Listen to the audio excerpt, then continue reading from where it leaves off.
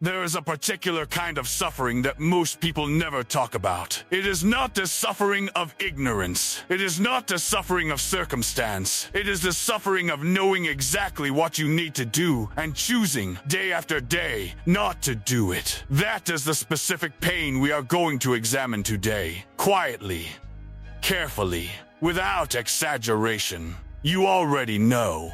That is the uncomfortable place where this conversation begins. You already know what area of your life is falling behind. You already know which habit is costing you, which relationship is draining you, which version of yourself you have been putting on hold. You do not need more information. You do not need another video, another book, another podcast.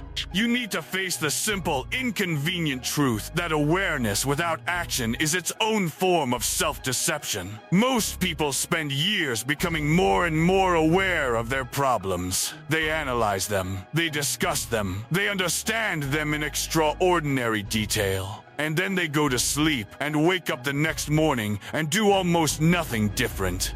This is not stupidity. It is not weakness in the conventional sense. It is something more precise than that. It is comfort. Specifically, it is the quiet, reliable comfort of the familiar, working against every intention you have ever set. The human mind is not primarily a change machine. It is primarily a prediction machine. It wants to know what comes next. It wants patterns it recognizes. It wants safety. And your current life, no matter how dissatisfying, is at least predictable. Your brain knows how it ends. It has cataloged every outcome, every routine, every morning, every failure. And there is a strange, almost perverse comfort in that familiarity. Even if what is familiar is not working. Even if what is familiar is slowly diminishing you. So the first reason you do not change despite knowing you must is this: discomfort. Not pain in the dramatic sense, not trauma. Just the ordinary, low-grade discomfort of doing something unfamiliar, waking up earlier, starting the workout, making the call, having the difficult conversation, writing the first paragraph. These things feel difficult not because they are physically hard, but because they disrupt the pattern your nervous system has come to expect. And your mind, without your conscious permission, has been filing that disruption under the category of threat. The second reason is failure. Not failure itself, but the anticipation of it, the projection. You look at the goal, you look at where you currently stand, and somewhere between those 2 points, your mind constructs an elaborate simulation of everything that could go wrong.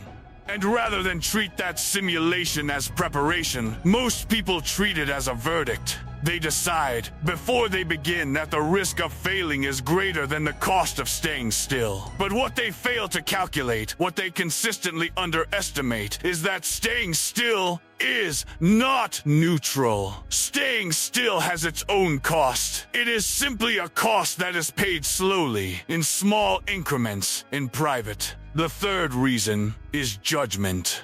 Other people's eyes. The imagined audience that watches every attempt and every failure with critical attention. There is a specific social fear attached to trying and failing publicly. It feels safer to remain where you are, unremarkable and unchallenged, than to reach for something, fall short, and be seen doing it. But what this logic quietly ignores is that the people whose opinions you fear most are overwhelmingly preoccupied with their own lives, their own fears, their own quiet failures. The audience you are afraid of is largely imaginary, and even where it is real, it matters far less than you have allowed it to. The fourth reason runs deeper. It is not fear exactly. It is attachment. Attachment to routine. Attachment to identity. You have spent years building a self-concept, a story about who you are, what you are capable of, what kind of person you are, and change threatens that story. Not because the story is accurate, but because it is yours. Because dismantling it, even to build something better, feels like a kind of loss. The man who tells himself he is not a morning person is not simply describing a preference. He is protecting an identity that makes a particular kind of comfort feel legitimate. The woman who says she has always been this way is not stating a fact. She is maintaining a story that makes her current choices feel inevitable rather than chosen. And then there is pleasure. Short-term, immediate, accessible pleasure. The screen instead of the book. The familiar meal instead of the discipline. The conversation that avoids the point instead of the one that confronts it. Pleasure is not the enemy of change, but the preference for immediate pleasure over delayed reward is one of the most reliable mechanisms by which people forfeit the lives they actually want. The science here is not complicated. The brain rewards the present very heavily and discounts the future with stunning consistency. And without deliberate, conscious intervention, that neurological default will run your life more than your intentions ever will. Now here's where it becomes important to be precise. Knowledge, on its own, does nothing. Understanding why you procrastinate does not reduce procrastination. Understanding the cost of poor habits does not automatically improve them. Understanding the value of discipline does not generate it. There is a gap between knowing and doing, and most people live their entire lives inside that gap. They accumulate insight. They develop sophisticated explanations for their own behavior, and they remain fundamentally the same person they were 5 years ago, now simply more articulate about why. This gap becomes dangerous over time, because when you know what you should do and consistently fail to do it, something begins to shift in the way you relate to yourself. You start to expect your own inaction. You begin to factor your own unreliability into every plan you make. And slowly, gradually, procrastination stops being a behavior you occasionally engage in and becomes a trait you silently assign to yourself. It becomes identity. The person who is going to start the business. The person who had plans. The person who meant to. That is not just a loss of time. That is a loss of self-trust. And self-trust, once eroded, requires significant and sustained effort to rebuild. This is the moment where the conversation must shift. Because this is not a space where we simply describe the problem and leave. The description is useful only insofar as it clarifies what is required of you next. What is required is not motivation. Motivation is a feeling. Feelings are transient. They are weather. They respond to conditions you cannot always control. If you have been waiting to feel motivated, you have been waiting for the wrong thing. What is required instead is decision. A cold, clear, non-emotional decision that this particular way of living is no longer acceptable to you. Not because someone else told you it should not be, but because you, in your own assessment of your own life, have determined that more is possible, and that the distance between where you are and where you are capable of being is a distance you are no longer willing to justify. Change is not comfortable. This bears repeating not for dramatic effect, but because people consistently underestimate it. Real change involves repeated discomfort. It involves showing up when you do not feel like it, doing the work when the results are not yet visible, maintaining the standard when no one is watching and nothing is rewarding you. This is the actual texture of change. It is not a single breakthrough moment.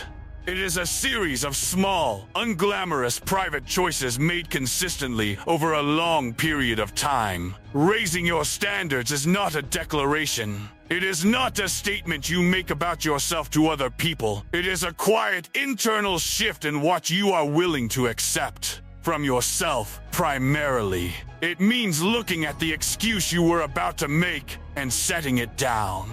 It means doing the uncomfortable thing before you negotiate with yourself about whether today is the right day. It means building your identity through behavior, through repeated action, rather than through the story you tell about your intentions. Discipline is built privately. It is not constructed in moments of inspiration. It is constructed in the moments when inspiration is entirely absent, when the work feels tedious, when the outcome is uncertain, and when comfort is available and near. Those are the moments that define a person's actual standard, not the motivated days, the ordinary ones. Consider two men. Both are dissatisfied with their current position. Both are aware that something needs to change. The first man waits. He waits to feel ready. He waits for the right circumstances. He waits for clarity before he commits, for certainty before he moves. He refines his plans. He develops his thinking. He intends, deeply and sincerely, to begin. The second man moves, not with complete certainty, not with full confidence. He moves with discomfort, with doubt, with incomplete information. He makes errors. He corrects them. He continues.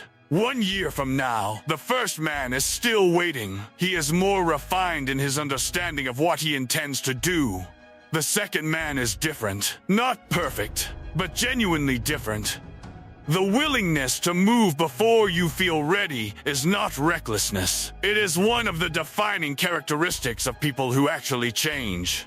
Readiness is often a standard that rises to meet your ambitions, ensuring you never quite reach it.